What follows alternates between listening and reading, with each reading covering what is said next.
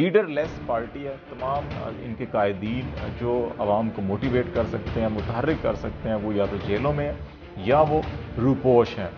लेकिन जब election schedule announce होगा और उसके बाद जब सियासी जलसे जुलूस रैलियों की खुली इजाज़त होगी, तो उस वक्त बहुत बड़ा चैलेंज जो है दीगर जमातों के लिए बनेगा, PMLN के लिए भी, पीस पार्टी के लिए भी, या कुछ भी किया जाए तो फिर इलेक्शन से चंद दिन पहले जितने भी इस इंतखाब पर लड़ने वाले उम्मीदवार हैं उनको PTI की बजाय उनको आज़ाद जो है कि वो करार दे दिया जाए, और फिर कॉन्स्टिट्यूशनल ऑब्लिगेशन हैं कि जिस निशान पर आप इलेक्शन जीतते हैं फिर पार्टी चेंज नहीं कर सकते, वो इलेक्शन के बाद भी कायम रहे। वो बयानियाँ भी शायद PTI की जानिब जो है वो नहीं भेजा जा सका। आप पीस पार्टी देखें, PMLN देखें, JUI देखें, तमाम सियासी जमातों में वालिद। अस्सलाम नाज़रीन, औसाफ और ABN डिजिटल में खुश आमदेद। आज हम बात करेंगे पाकिस्तान तहरीक इंसाफ के इंट्रा पार्टी इलेक्शन के बारे में जो पेशावर में हुए, और तमाम उम्मीदवार बशमूल जो नए चेयरमैन नामजद किए गए थे इमरान खान की जानिब से, वो बिला मुकाबला मुंतखब हो गए हैं। लेकिन इसके ऊपर बड़ा शदीद रद्द अमल आया है दीगर तमाम सियासी जमातें, और बिलखसूस जो PDM में शामिल जमातें थी, दो बड़ी जमातें पीस पार्टी और PMLN, उनकी जानिब से, और फिर जो PTI से अलग हुए थे इस्तेकाम पाकिस्तान पार्टी, या जो पार्लियामेंटेरियन ग्रुप परवेज़ खटक साहब की सरबराही में अलग हुआ था, उनकी जानिब से बड़ा शदीद रद्दमल आया है। ये रद्दमल माजी में इंट्रा पार्टी इलेक्शन के बारे में ऐसा कभी हमने देखा नहीं था, लेकिन इस बार शायद दो बड़ी वजूहत हैं जिनसे हम आपको आगाह करेंगे। और इसके साथ साथ जो अकबर एस बाबर जो किसी ज़माने में PTI के साथ थे और बानी अरकान में से थे, लेकिन 2011 में प्रेसिडेंट आरिफ अलवी जब सेक्रेटरी जनरल थे PTI के, तो उन्होंने इनको पार्टी डिसिप्लिन की खिलाफ वर्जी की बुनियाद के ऊपर पार्टी से इनको अलग कर दिया गया था, निकाल दिया गया था। लेकिन अभी वो दोबारा जो है कि वक्तन फ़क्तन सामने आते हैं और वो PTI के लिए चैलेंज बनते हैं और टफ़ टाइम देने की कोशिश करते हैं। तो अभी भी उन्होंने इस इलेक्शन को चैलेंज करने का फ़ैसला किया इलेक्शन कमीशन ऑफ पाकिस्तान में। रद्द अमल इतना शदीद क्यों था? इसमें दो बड़ी वजूहत ये हैं कि एक तो इस वक्त जो खैबर पख्तूनख्वा में अवामी जो एक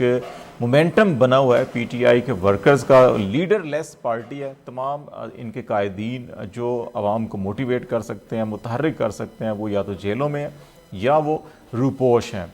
इसके बावजूद खैबर पख्तूनख्वा में इस वक्त जो है कि कोई भी ज़िले का नाम ले लें, वहाँ पे बड़े भरपूर किस्म के वर्कर कन्वेंशन हो रहे हैं।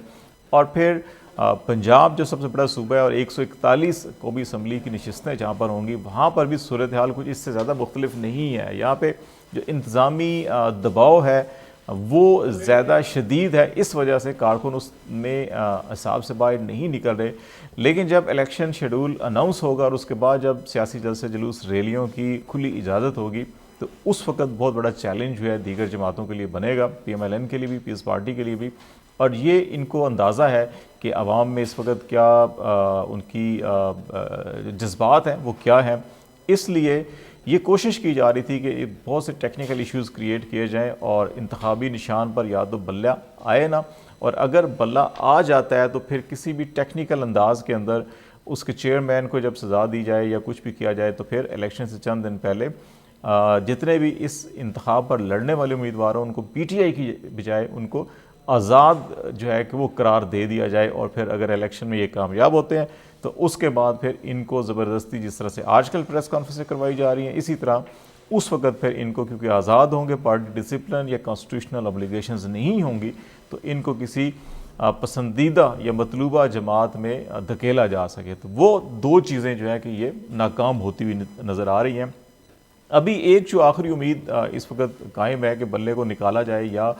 किसी तौर से इसको रोका जा सके, वो सिर्फ यही है कि अकबर एस बाबर जो है कि इसको चैलेंज करें और election commission of Pakistan in intra party election को जो है कि वो गैर कानूनी या कालादम करार दे या कोई भी जवाज़ बना के इसको इलीगल कह दे। तो इसीलिए ये इंतखाबी अमल जो है वो लाहौर या इस्लामाबाद की बजाय जो है ये पेशावर में इसलिए किया गया कि पेशावर में हाई कोर्ट इस वक्त काफ़ी प्रोएक्टिव दिखाई दे रही है ह्यूमन राइट्स के हवाले से, पोलिटिकल राइट्स के हवाले से। तो PTI का ये ख्याल है कि अगर इस्लामाबाद में इलेक्शन होते तो फिर इनको अगर चैलेंज यहाँ पे किया जाता तो इस्लामाबाद हाई कोर्ट में फ़ैसले बहुत ताख़ीर से होते हैं, यहाँ पे जजमेंट्स महफूज हो जाती हैं या हियरिंग्स मुकर्रर ही नहीं होती। तो ये रिस्क नहीं लिया जा सकता था, तो इसलिए ये इसको पेशावर का इंतखाब किया गया कि अगर वहाँ पर कोई भी ऐसा फैसला आया तो फौरी तौर के ऊपर पेशावर हाई कोर्ट में रजू करके रिलीफ लिया जा सके, कि ताकि इलेक्शन तक बल्ले का निशान भी हो और जो कॉन्स्टिट्यूशनल ऑब्लिगेशंस हैं कि जिस निशान पर आप इलेक्शन जीते हैं फिर पार्टी चेंज नहीं कर सकते, वो इलेक्शन के बाद भी कायम रहे। तो ये दो बड़ी इंपॉर्टेंट चीज़ें हैं जिसकी वजह से इतना शदीद रिएक्शन जो है वो देखने में आ रहा है। अकबर एस बाबर कितना अहम किरदार अदा कर सकेंगे सारे मामले के अंदर, वो चैलेंज ज़रूर करेंगे। वो अपने आप को एक स्टेक होल्डर या एक कंसर्न, क्योंकि दीगर सियासी जमातें चैलेंज नहीं कर सकती, उनका बराह रास्त इंटरेस्ट नहीं होता, तो ये कह सकते हैं मैं वर्कर हूँ या बानी हूँ। तो इसको किस हद तक इलेक्शन कमीशन कबूल करेगा नहीं करेगा, ये एक बड़ा अहम सवाल होगा। लेकिन दूसरी जमातों की एक और वजह जो है कि उनके अपने इलेक्शन अगर आप देखें तो उनको एक बड़ा चैलेंज ये भी दिखाई दे रहा है कि उनका ख्याल था कि पीटीआई चेयरमैन भी अपनी किसी अजीज़ा को, अहलिया को या हमशीरा को जो है वो चेयरपर्सन बनाएंगे, और जो ख़ानदानी विरासत की बात की जा रही है सियासत में, वो बयानियाँ भी शायद पीटीआई की जानिब जो है वो नहीं भेजा जा सका। आप पीएस पार्टी देखें, पीएमएलएन देखें, जेयूआई देखें, तमाम सियासी जमातों में वालिद के बाद बेटा, बेटे के बाद बेटी और इस किस्म की जो है कि सारी विरासत चल रही है सियासी। पीटीआई के अंदर ऐसी चीज़ नज़र नहीं आई, तो ये भी एक वजह है कि शदीद रिएक्शन का। तो लेट्स सी, देखते हैं मामला जो है कि ये दिखाई यही दे रहे हैं कि इलेक्शन कमीशन में जाएंगे, अदलिया में जाएंगे और फिर कहीं से हतमी फैसले होंगे।